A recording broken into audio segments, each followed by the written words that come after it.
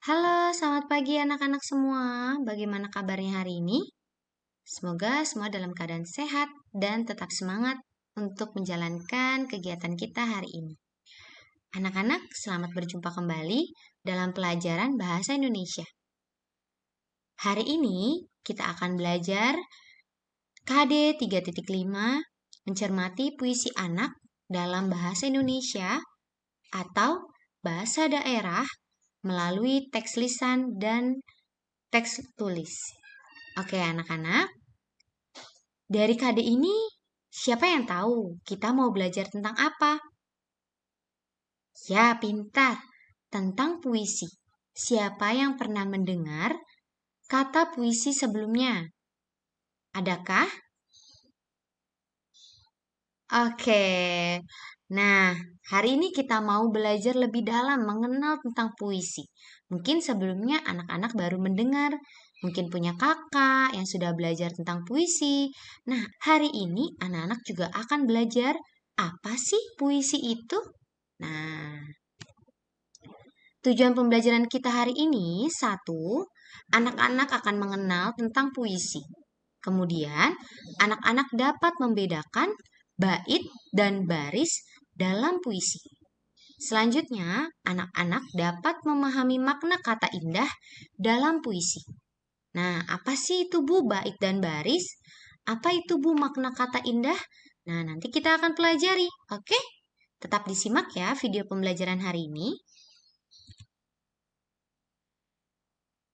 Seperti tujuan pembelajaran kita ada 3 ya. Jadi kita coba pelajari dulu yang nomor pertama. Apa itu puisi?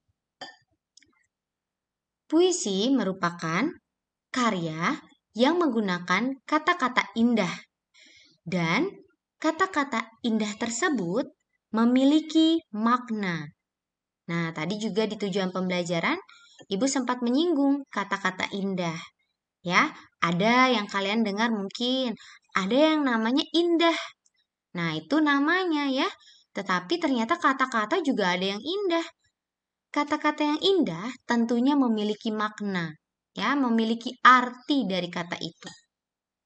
Jangan lupa, puisi merupakan karya yang merupakan kata-kata karya yang menggunakan kata-kata indah, di mana kata-kata indah itu memiliki makna. Oke, paham ya pengertiannya? Nah, selanjutnya, penulis puisi atau orang-orang yang membuat puisi hendak menyampaikan sebuah pesan melalui puisi yang dibuat.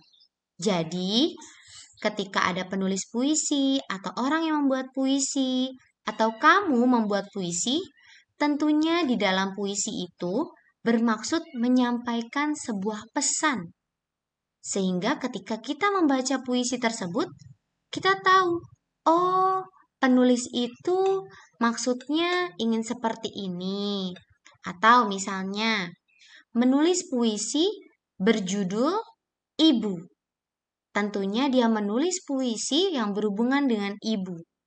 Dan tentunya dia hendak menyampaikan sebuah pesan tentang ibu. Mungkin pesannya agar kita menghormati ibu, membantu ibu, dan sebagainya. Ya, diingat-ingat bahwa setiap puisi mempunyai pesan yang ingin disampaikan oleh si penulis. Semoga anak-anak paham ya sampai di sini. Selanjutnya, puisi biasanya memiliki tema. Apa itu tema? Tema adalah ide yang ada di dalam puisi itu. Misalnya tema tentang alam sekitar, tentang hewan peliharaan, dan sebagainya. Misalnya, tentang alam sekitar itu contohnya tentang sungai, tentang hutan, tentang gunung, pokoknya tentang alam. Dan misalnya kalau tentang hewan peliharaan mungkin kelinci, anjing, hamster, dan sebagainya. Kalian bisa temakan ya sesuai yang diinginkan. Misalnya alam sekitar, hewan peliharaan, atau hobi, dan sebagainya. Ya, ide pokok dari puisi itu. ide utamanya.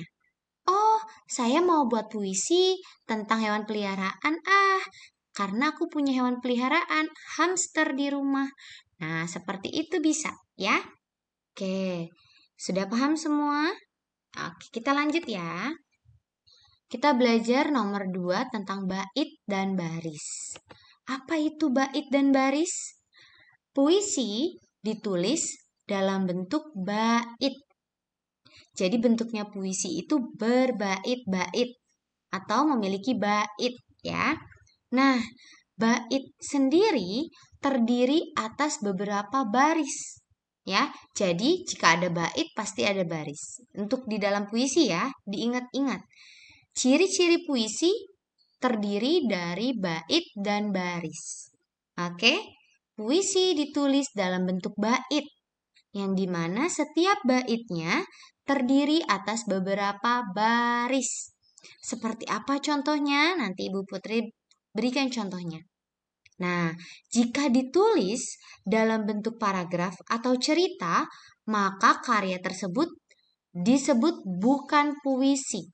Ya, karena kalau puisi tentunya berbentuk bait dan baris. Tetapi kalau berbentuk paragraf atau cerita, kita sebut itu bukan puisi. Paham ya? Oke, next.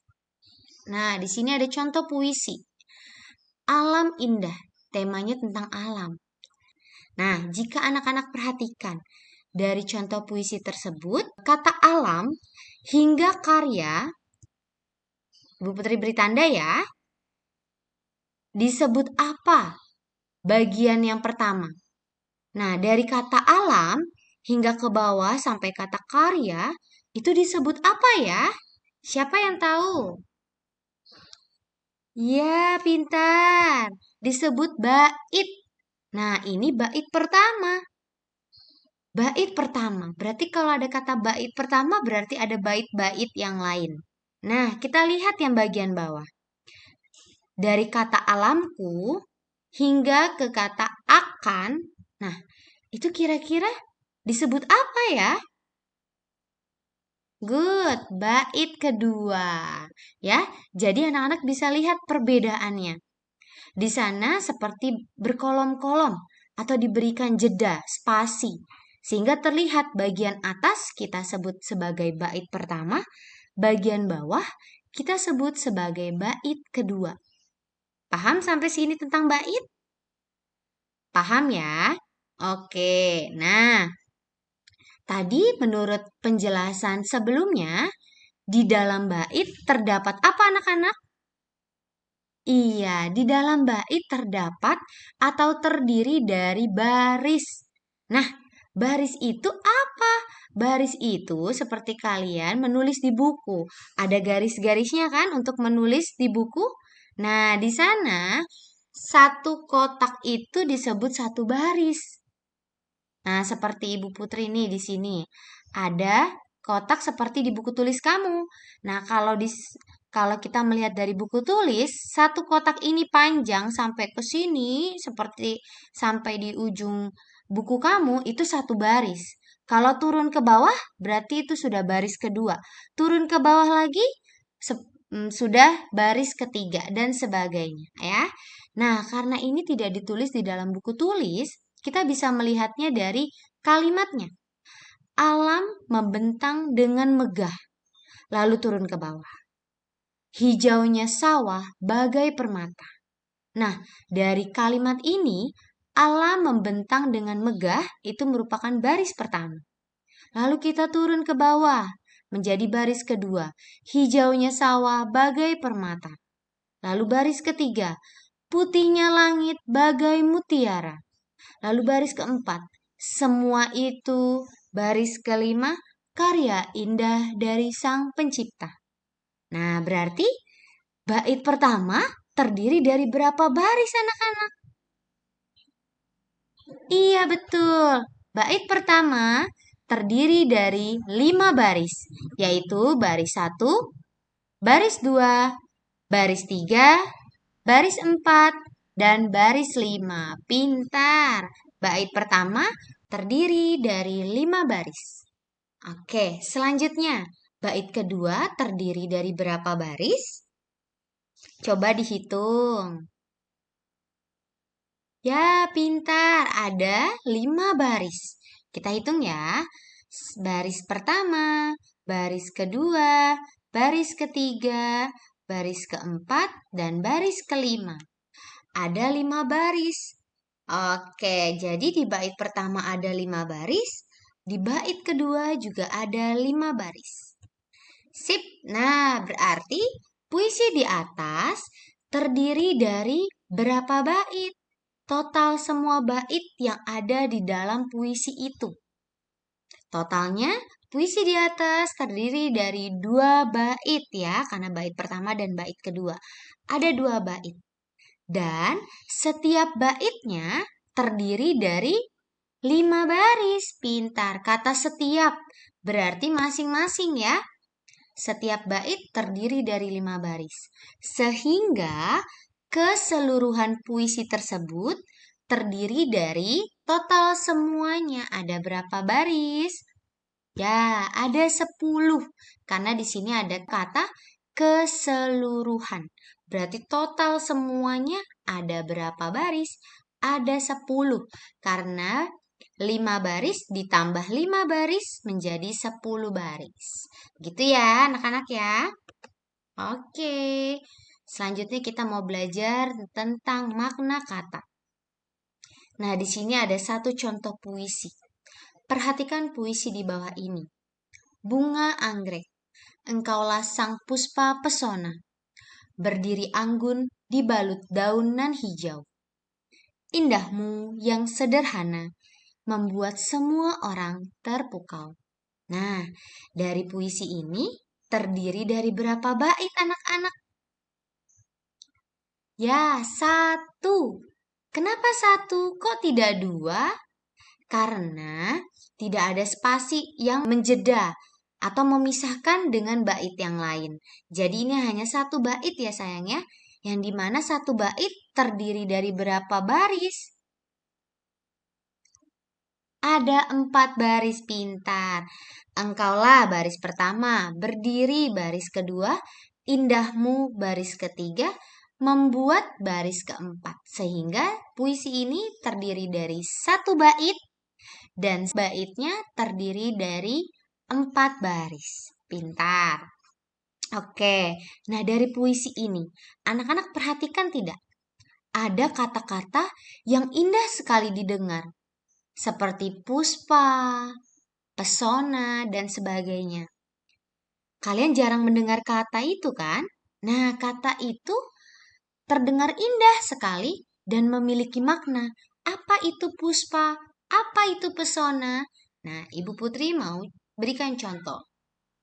Nah, pada puisi di atas terdapat kata-kata indah yang memiliki makna. Dan kamu dapat mencari maknanya dalam Kamus Besar Bahasa Indonesia. Seperti yang sudah kita pelajari ya, jika di rumah tidak ada bukunya, kalian boleh cari secara online. Oke, kita lanjut ya. Nah, berdasarkan puisi di atas, terdapat beberapa kata indah. Jodohkan kata indah tersebut dengan makna yang tepat. Atau pasangkan, ya jika anak-anak kurang paham jodohkan itu apa, pasangkan, kita cari pasangannya. Nah, di sini ada 4 kata indah dari puisi tadi. Pesona, terpukau, anggun, puspa, dan di sebelah kanan terdapat makna katanya yang sudah Ibu Putri cari dari Kamus Buku Besar Bahasa Indonesia. Nah, anak-anak nanti bisa cari juga di internet. Apakah Ibu Putri benar atau Ibu Putri salah menjodohkannya nanti? Oke? Nah, di sini ada kata pesona. Kira-kira kalau anak-anak cari di internet, ayo Ibu Putri berikan waktu. Kira-kira pasangannya yang mana ya? Oke, ya pintar. Ini ya pasangannya. Pesona memiliki makna daya tarik atau daya pikat. Nah, kalau terpukau, kira-kira pasangannya yang mana ya? Ya, good. Pasangannya menarik atau terpesona. Kemudian yang nomor 3, anggun. Kira-kira kata indah anggun ini memiliki makna apa? Ya, pintar. Apik atau berwibawa tingkah lakunya, gayanya, dan sebagainya. Oke, kemudian yang terakhir, kata puspa memiliki makna bunga. Pintar. Nah, ini nanti kalau kalian mau mengecek kembali, bisa melalui Kamus Besar Bahasa Indonesia secara online ya. Oke, sekian materi kita hari ini. Apakah ada pertanyaan anak-anak? Oke, semuanya sudah paham ya? Jika ada pertanyaan, boleh tanya langsung ke mama papa atau bisa juga langsung ke guru kelas kalian ya. Nah, silakan dilanjutkan pembelajaran dengan mengerjakan latihan di Google Classroom. Dibaca baik-baik perintah yang ada di Google Classroom ya. Oke, semangat anak-anak. Tetap jaga kesehatan dan selalu lakukan 3M ya anak-anak. Tuhan memberkati. Sampai ketemu lagi pada video pembelajaran selanjutnya. Bye.